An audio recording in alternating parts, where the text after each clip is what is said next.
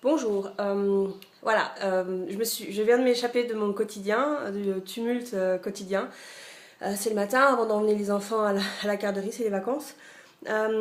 J'ai voulu faire cette vidéo pas pour qu'elle soit parfaite, donc voilà, c'est vraiment spontané. C'était plutôt pour vous dire qui je suis, pour vous expliquer qui je suis et pourquoi j'ai commencé cette activité de coaching. Je suis rapide parce qu'il faut que je retourne voir les enfants.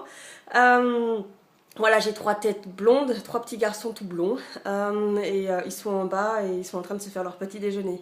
Alors pourquoi j'ai fait cette activité de coaching? C'est peut-être justement à cause de ces trois petites têtes blondes là. Je me suis rendu compte que dans le quotidien, c'était pas toujours facile de se retrouver. Et on avait justement tendance un peu à se perdre avec toutes les tâches qu'il y a à faire. Ma journée commence en général à 5 heures du matin, voire si c'est pas 4h30. Elle se termine souvent vers 23 heures. Et donc, il y a peu de pauses entre temps. Et comment je fais pour me retrouver et comment vous faites pour vous retrouver? Je me suis souvent posé la question et c'est pas toujours facile.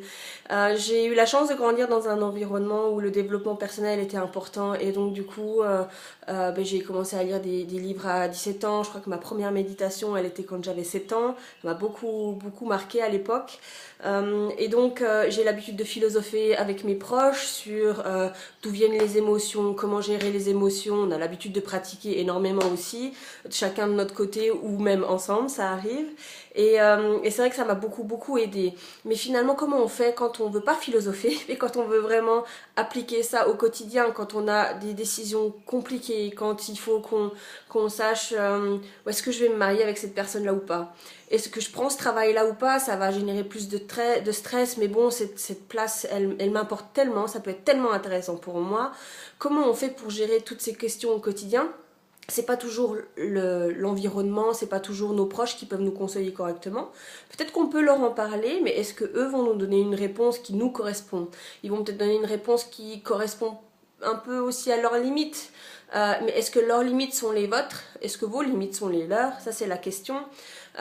Si vous dites à votre mari j'en peux plus, j'ai vraiment tous les matins pas envie de me lever et d'aller au travail, il va vous dire c'est comme ça la vie, hein, il faut serrer les dents, il faut continuer. Donc c'est peut-être pas forcément la personne qui va vous conseiller. Ou alors si vous dites c'est trop, les enfants, le travail, j'ai trop là dans ma tête. Peut-être que votre maman va vous dire mais oui ma chérie je te l'avais dit, reste à la maison, ça sera beaucoup mieux pour tout le monde et pour tes enfants aussi. Ou alors ils vont vous dire mais non mais t'as de la chance toi, t'as vu le travail que t'as mais il est génial. Alors de quoi tu te plains? Et d'ailleurs de quoi tu te plains? Ta vie est géniale. Et donc là, comment vous faites pour trouver le support qui vous va bien, le support qui vous convient? C'est ce que j'avais envie de donner. J'avais envie de donner une oreille attentive, ouverte, une oreille qui ne jugera pas, qui vous entendra. Et puis ensemble, j'avais envie d'essayer de trouver avec vous votre solution et pas de vous donner des conseils. Si j'étais à ta place, moi je ferais ça. Oui, mais vous n'êtes pas à ma place et en plus c'est moi qui vais vivre avec les conséquences et c'est pas vous. Donc voilà, moi je veux vous aider à trouver votre vous intérieur et à être clair dans votre tête. Je pense que c'est particulièrement important d'être clair dans sa tête quand on est parent.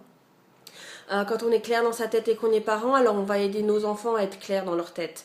Et il n'y a rien de plus beau que d'être clair dans sa tête. Vos enfants, ils vont grandir avec un schéma plutôt simple. Ça ne veut pas dire une vie simple forcément, mais ça veut dire que leurs choix, ils vont les accepter, ils vont les assumer, ils vont assumer qui ils vont être. Parce que si vous assumez qui vous êtes, alors ils vont vous mimiquer et ils vont faire comme vous. Donc pour vos enfants, prenez soin de vous, prenez soin de vos pensées, de vos émotions et de ce que vous êtes. Et alors vous donnerez le plus beau cadeau qu'il y ait, c'est être authentique et s'aimer soi-même. Voilà, si vous avez envie d'en savoir plus sur mes motivations ou plus sur comment on peut travailler ensemble, venez me voir, je serai heureuse de vous accueillir. Bonne journée, il faut que j'y retourne, les enfants appellent. Au revoir.